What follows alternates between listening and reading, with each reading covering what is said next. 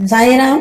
बाबा की वाणी में आपका स्वागत है। सभी भक्तों का अध्याय 27 को ध्यान पूर्वक सुनने के लिए धन्यवाद। अब हम अध्याय 28 में प्रवेश करेंगे। अध्याय 28 में हम चिड़ियों का शिरडी की ओर खींचा जाना, लक्ष्मी चंद, बुरहानपुर की महिलाएं और मेघा का निर्वाण के बारे में अध्ययन करेंगे। आरंभ। श्री साईं अनंत हैं, उनका कोई अंत नहीं है। वे छोटी सी चींटी में भी और पूरे ब्रह्मांड में भी मौजूद हैं। वेदों और आत्मज्ञान के पूरे ज्ञाता होने के कारण ही उन्हें सद्गुरु कहा जाता है। चाहे कोई कितनी भी पढ़ाई लिखाई कर ले, कितना भी बड़ा विद्वान बन जाए, लेकिन अगर वह अपने शिष्य को आत्मा का ज्ञान ना दे पाए और उसे एक असली स्वरूप ना दिखा पाए तो उसे सद्गुरु नहीं कहा जा सकता। साधारण पिता तो केवल इस नश्वर शरीर को जन्म देता है, लेकिन सद्गुरु वह होता है जो जन्म मृत्यु दोनों के चक्कर से मुक्ति दिलाता है। इसीलिए सद्गुरु की दया और कृपा साधारण लोगों से कहीं ज्यादा होती है। श्री साईं बाबा हमेशा कहते थे, मेरा भक्त चाहे कितनी भी दूर हो, चाहे हजारों कोस दूर हो, फिर भी वह शिरडी ऐसे खींचे चला आता है जैसे धागे से बंधी चिड़िया अपने आप खींचकर आ जाती है। इस अध्याय में ऐसी ही 3 चिड़ियों यानी 3 भक्तों की कथा बताई गई है जो साईं बाबा की कृपा से शिरडी की ओर खींचे चले आए। लाला लक्ष्मी चंद। लाला लक्ष्मी चंद बम्बई के श्री वेंकटेश्वर प्रेस में नौकरी करते थे। बाद में उन्होंने वह नौकरी छोड़ दी और रेलवे विभाग में आ गए। फिर वे रेली ब्रदर्स एंड कंपनी में मुंशी का काम करने लगे। सन 1910 में उनका परिचय पहली बार श्री साईं बाबा से हुआ। क्रिसमस से लगभग 1-2 महीने पहले उन्होंने एक सपना देखा।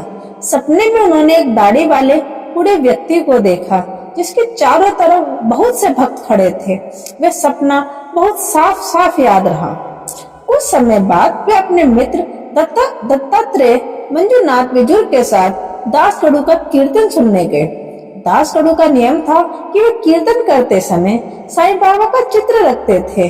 जैसे ही लक्ष्मी चंद ने वे चित्र देखा, वे चौंक गए, क्योंकि सपने में जिस दाढ़ी वाले वृद्ध को देखा था वही रूप इस चित्र में था। अब उन्हें समझ आ गया कि उनके सपने में दर्शन देने वाले कोई और नहीं, स्वयं शिरडी के साईंनाथ थे। चित्र देखने के बाद दास कडू का मधुर कीर्तन और संत तुकाराम का प्रवचन, इन सब ने मिलकर उनके मन पर इतना प्रभाव डाला कि उन्होंने पक्के मन से शिरडी जाने का निश्चय कर लिया। भक्तों का अनुभव है कि जो भी सच्चे मन से सद्गुरु को खोजता है उसकी हर मदद करते हैं सद्गुरु। वही बात यहाँ भी हुई। उसी रात लगभग 8 बजे उनके मित्र शंकर राव उनके घर आए और बोले, क्या तुम हमारे साथ शिरडी चलने के लिए तैयार हो? लक्ष्मी चंद का आनंद का ठिकाना नहीं रहा। उन्होंने तुरंत ही हाँ कर दी। एक मारवाड़ी से 15 रुपए उधार लेकर और बाकी तैयारियां करके वो शिरडी के लिए निकल पड़े। ट्रेन में वे अपने मित्र के साथ भजन कर रहे थे। उसी डिब्बे में 4 मुस्लिम यात्री भी बैठे थे जो शिरडी के पास अपने घर जा रहे थे। लक्ष्मी चंद ने उनसे साईं बाबा के बारे में पूछा। उन्होंने बताया कि बाबा कई वर्षों से शिरडी में रहते हैं और बहुत बड़े संत हैं। जब वे कोपरगांव पहुंचे तब लक्ष्मी चंद ने सोचा कि बाबा को भेंट देने के लिए कुछ अमरूद ले लें, लेकिन वहाँ के सुंदर प्राकृतिक दृश्य देखते देखते वे अमरूद खरीदना भूल गए। शिरडी के पास पहुँचते ही उन्हें अचानक याद आया कि भेंट के लिए अमरूद तो लिए ही नहीं। तभी उन्होंने देखा कि एक बूढ़ी औरत अमरूद की टोकरी लेकर उनके तांगे के पीछे पीछे दौड़ रही है। उन्होंने तांगा रुकवाया और कुछ कच्चे अमरूद खरीद लिए। कच्चे और अच्छे अमरूद खरीद लिए, मतलब पके हुए। वे वृद्धा बोली, बाबा को मेरी तरफ से ये बाकी अमरूद भी दे देना। ये सुनकर लक्ष्मी चंद को लगा कि मैंने अमरूद लेने का जो निश्चय किया था और जिसे मैं भूल गया था, उसी चीज की याद इस वृद्धा ने दिला दी। उन्हें यह देखकर आश्चर्य हुआ कि बाबा की भक्त कितनी श्रद्धा से उनकी सेवा करते हैं। मन में ये विचार भी आया कि शायद ये वही वृद्ध के परिवार की कोई हो जिसे मैंने सपने में देखा था। शिरडी पहुँचते पहुँचते उन्हें मस्जिद की दूर से दिखाई देने वाली ध्वजाएं नजर आई। उन्होंने प्रणाम किया और अपने हाथ में पूजा की सामग्री लेकर मस्जिद पहुँचे। बाबा की विधि विधान से पूजा की और उनके चरणों में गिरकर बहुत विभोर हो गए। वे अपने आप को वैसा ही महसूस कर रहे थे जैसे मधुमक्खी सुगंधित कमल के मकरंद से लिपट जाती है। बाबा ने उनसे जो बातें कही उनका वर्णन हेमंत ने इस प्रकार किया है। साले रास्ते में भजन करता और दूसरों से पूछता है, दूसरे से क्यों पूछता है? सब कुछ अपनी आंखों से देख।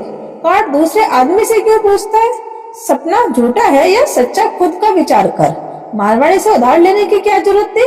अब बताओ तुम्हारी मुराद पूरी हुई या नहीं? ये बातें सुनकर लक्ष्मीचंद दंग रह गए। उन्हें आश्चर्य हुआ कि बाबा को घर से सीढ़ी तक की हर घटना कैसे पता है। उन्हें थोड़ा संकोच भी हुआ। ये ध्यान देने वाली बात है कि बाबा ये नहीं चाहते थे कि उनके दर्शन के लिए कोई कर्ज ले या यात्रा को कोई मजा मौज मस्ती की तरह करे। वे चाहते थे कि भक्त अपनी क्षमता के अनुसार और सच्चे मन से आए। सांझा या उपमा। दोपहर का समय जब लक्ष्मीचंद खाना खाने बैठ रहे थे तभी एक भक्त उनके लिए सांझा यानी कि घी चीनी वाला विशेष प्रसाद लेकर आया। ये प्रसाद पाकर लक्ष्मीचंद बहुत खुश हुए। अगले दिन भी वे मन ही मन उम्मीद कर रहे थे कि फिर कोई उन्हें सांझा देगा। वे इस प्रसाद के लिए बहुत उत्सुक थे, लेकिन उस दिन किसी भक्त ने उन्हें सांझा नहीं दिया।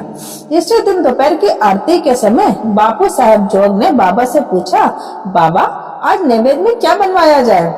बाबा ने सीधा कहा, सांझा लाओ। फिर भक्त बहुत सारा सांझा 2 बड़े बर्तनों में भरकर ले आए। उसी समय लक्ष्मीचंद को बहुत भूख लगी थी और उनके कमर में भी दर्द था। ये बात किसी को पता नहीं थी, लेकिन बाबा ने मुस्कुराकर उनसे कहा, जैसा हेमंत पंत ने लिखा है तुम्हें भूख लगी है, अच्छा है, कमर में भी दर्द है ना, लो अभी सांझा ही तुम्हारी दवा है। लक्ष्मीचंद को ये सुनकर बहुत आश्चर्य हुआ। उनके मन में जो जो बातें चल रही थी, भूख, दर्द और सांझे की इच्छा, सब बाबा को पहले से पता थी। इससे उन्हें ये समझ में आ गया कि बाबा सच में सर्वज्ञ है, सब कुछ जानने वाले हैं। कुदृष्टि। इसी यात्रा के दौरान एक बार उन्हें चावड़े का जुलूस देखने का सौभाग्य मिल गया। उस दिन बाबा को कफ की बहुत परेशानी थी। लक्ष्मीचंद को लगा कि शायद किसी की बुरी नजर लग गई होगी, इसीलिए बाबा को ये तकलीफ हो रही है। अगली सुबह जब बाबा मस्जिद गए तो उन्होंने सामा से कहा, कल मुझे जो कफ की परेशानी हो रही थी उसका असली कारण किसी की कुदृष्टि ही है। मुझे लगता है किसी की बुरी नजर लग गई थी, इसीलिए ये पीड़ा हुई है। लक्ष्मीचंद के मन में भी यही बात चल रही थी और बाबा ने भी वही बात कह दी। ये देखकर कि बाबा सब कुछ जान लेते हैं और भक्तों से कितना प्रेम करते हैं, लक्ष्मीचंद भावुक हो गए। वे बाबा के चरणों पर गिर पड़े और बोले, आपके दर्शन से मेरा मन बहुत आनंदित हो गया है। मेरा मन आपके चरणों और भजन में ही लगा रहे। आपके अलावा मुझे और कोई भगवान नहीं दिखता। मुझ पर हमेशा दया और कृपा रखें। आपके चरणों का स्मरण करते हुए मेरा जीवन सुख से बीत जाए, मेरी यही विनती है। बाबा से आशीर्वाद और उदी लेकर वे अपने मित्र के साथ बहुत खुश होकर लौट आए। रास्ते में वे लगातार बाबा की महिमा गाते रहे। वे हमेशा के लिए बाबा के सच्चे भक्त बन गए। जब भी कोई शिरडी जाता वे उसके हाथ बाबा के लिए कपूर, दक्षिणा या कुछ ना कुछ जरूर भेजा करते थे। बुरहानपुर की महिला। अब हम दूसरी चिड़िया यानी दूसरी भक्त की कहानी बताते हैं। बुरहानपुर में एक महिला थी। एक रात उसने सपने में देखा कि श्री साईं बाबा उसके दरवाजे पर खड़े हैं और उससे खिचड़ी मांग रहे हैं। वे घबराकर उठी और दरवाजा खोलकर देखा पर वहाँ कोई नहीं था। फिर भी उसे अपने सपने से बहुत खुशी हुई। उसने वे सपना अपने पति और अन्य लोगों को भी बताया। उसका पति डाक विभाग में नौकरी करता था। दोनों पति पत्नी बहुत धार्मिक स्वभाव के थे। कुछ समय बाद पति का ट्रांसफर अकोला हो गया। वहाँ जाने से पहले दोनों ने सोचा कि शिरडी भी चलते हैं और एक शुभ दिन वे यात्रा पर निकल पड़े। रास्ते में वे गोमती तीर्थ होते हुए शिरडी पहुँचे और वहाँ 2 महीने तक रुके। हर दिन वे मस्जिद जाते, बाबा को प्रणाम करते, बड़ी श्रद्धा से समय बिताते। वे लोग तो खिचड़ी का नैवेद्य चढ़ाने ही आए थे, लेकिन किसी न किसी कारण से पहले 14 दिन तक मौका ही नहीं मिल पाया। अब पत्नी और इंतजार नहीं करना चाहती थी। 15वें दिन दोपहर के समय वे खिचड़ी बनाकर सीधे मस्जिद पहुंची, लेकिन वहां पहुंचकर उसने देखा कि बाबा तो पहले से ही अन्य लोगों के साथ भोजन करने बैठ चुके हैं। भोजन शुरू होने के बाद मस्जिद में पर्दा गिरा दिया जाता था और पर्दा गिरने के बाद अंदर जाने की किसी की हिम्मत नहीं होती थी। पर वह महिला अब और नहीं रुक सकती थी। उसने हिम्मत की, हाथ से पर्दा हटाया और सीधे अंदर चली गई। अंदर पहुंचकर उसने जो दृश्य देखा वो चकित कर देने वाला था। उस दिन बाबा की इच्छा सबसे पहले खिचड़ी खाने की ही थी। जैसे ही वे उसी का इंतजार कर रहे हों, महिला को खिचड़ी की थाली लेकर अंदर आते देख बाबा बहुत खुश हुए। उन्होंने तुरंत उसी थाली से खिचड़ी के गिलास उठाकर खाना शुरू कर दिया। बाबा की ये खुशी और उत्सुकता देखकर वहां मौजूद हर व्यक्ति हैरान रह गया। जिन लोगों ने घटना सुनी वे बाबा को अपने भक्तों के प्रति ये अनोखा प्रेम देखकर अत्यंत प्रसन्न हुए। मेघा का निर्वाण। अब तीसरे महान भक्त की कथा सुनिए। विरम गांव का रहने वाला मेघा बहुत ही सीधा, भोला और अनपढ़ आदमी था। वह राव बहादुर के यहाँ पर रसोईया का काम करता था। मेघा शिव जी का बहुत बड़ा भक्त था और हमेशा पंचाश्री मंत्र ओम नमः शिवाय का जाप करता रहता, लेकिन उसे पूजा पाठ के नियमों का कोई ज्ञान नहीं था। यहाँ तक कि वह तो गायत्री मंत्र भी नहीं जानता था। राव बहादुर साठे को मेघा से बहुत स्नेह था, इसलिए उन्होंने उसे संध्या करने की विधि और गायत्री मंत्र भी सिखाया। साठे साहब को लगता था कि साईं बाबा शिव जी के ही अवतार है, इसीलिए वे मेघा को शिरडी भेजना चाहते थे। लेकिन जब मेघा को पता चला कि लोग कहते हैं साईं बाबा यवन है, तो उसके मन में संदेह हो गया। उसने सोचा शिरडी जाकर एक यवन को प्रणाम करना पड़ेगा, ये तो ठीक नहीं है। भोला था इसलिए वह डर गया। उसने साहब से कहा कि उसे वहां मत भेजे, लेकिन साठे साहब कहाँ मानने वाले थे। उन्होंने मेघा की एक न सुनी और किसी तरह से शिरडी भेज दिया। साथ ही अपने ससुर दादा केलकर को एक पत्र भेज दिया कि मेघा को बाबा से मिलवा देना। जब मेघा मस्जिद में पहुंचा तो साईं बाबा अचानक बहुत गुस्सा हो गए। उन्होंने कहा, इसे बाहर निकाल दो, तुम ऊंची जाति के ब्राह्मण हो और मैं एक यवन, यहाँ आकर तुम्हारी जाति खराब हो जाएगी, बाहर जाओ। मेघा डर से कांप गया। उसे सबसे ज्यादा ये आश्चर्य हुआ कि जो बातें उसके मन में संदेह के रूप में चल रही थी, बाबा ने वे सब कैसे जान ली। एक दिन वे वहां रुका और अपनी इच्छा अनुसार थोड़ा बहुत सेवा भी करता रहा, लेकिन मन पूरी तरह शांत नहीं हुआ। अंत में वह अपने घर लौट आया और नासिक चला गया।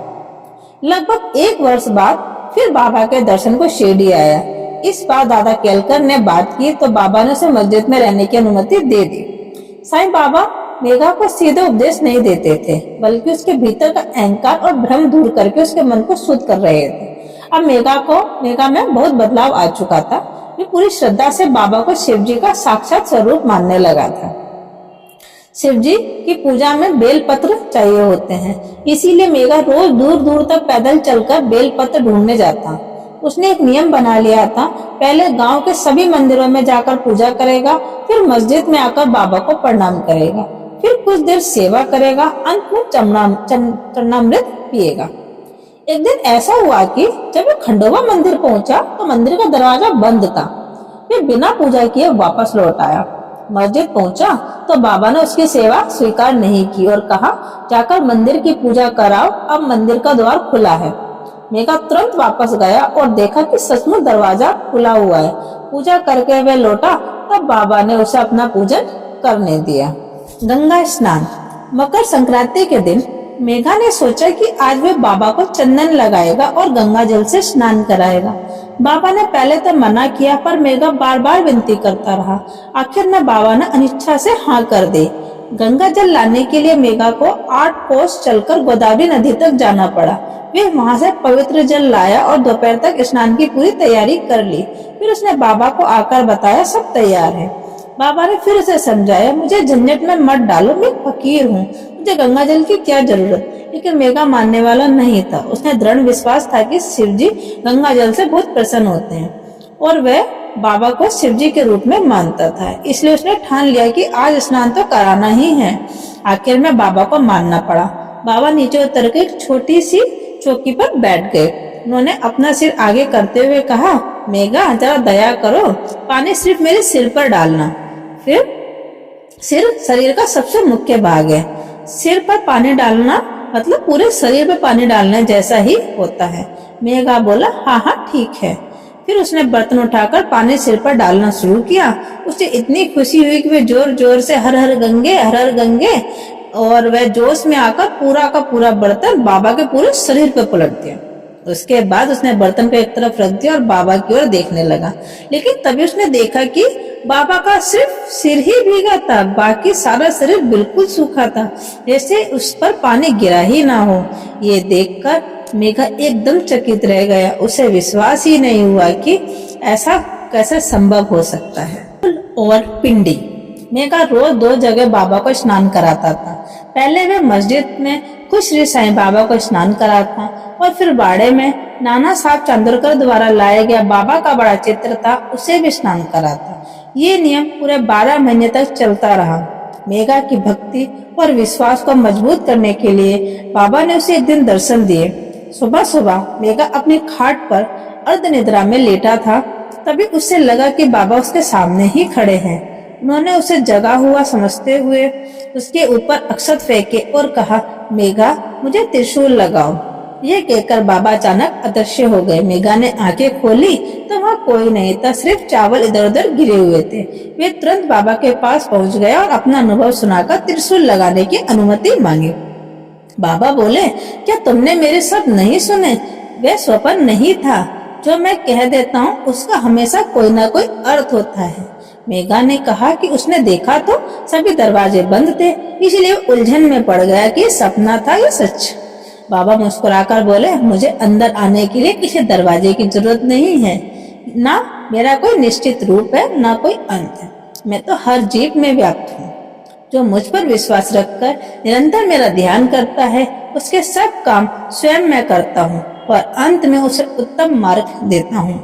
मेघा वापस बाड़े में आया और बाबा के बड़े चित्र के पास दीवार पर लाल रंग से त्रिशूल बना दिया।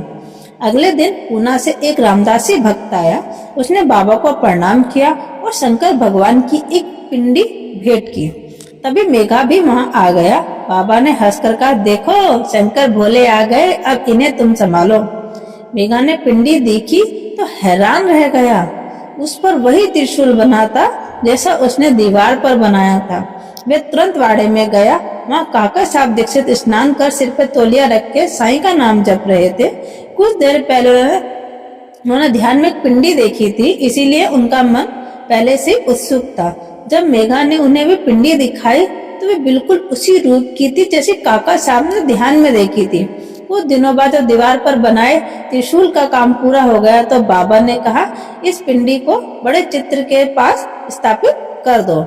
मेघा को शंकर जी की पूजा का बहुत प्रेम था। त्रिशूल खींचने और पिंडी स्थापित करने का अवसर देखकर बाबा ने उसकी आस्था और भी पक्की कर दी। कई वर्षों तक मेघा रोज दोपहर और शाम को आरती और पूजा करता रहा। सन 1912 में उसका देहांत हो गया। जब उसका शरीर बाबा के पास लाया गया तो बाबा ने उसके मृत शरीर पर स्नेह पूर्वक हाथ फेरते हुए कहा कि मेरा सच्चा भक्त था। फिर बाबा ने आदेश दिया कि उसके लिए ब्राह्मणों को मृत्यु भोज दिया जाए। ये काम काका साहब दीक्षित ने बाबा के खत से ही कराया। श्री सद्गुरु साईनाथ को समर्पित आपका दिन शुभ हो। ओम साईं राम।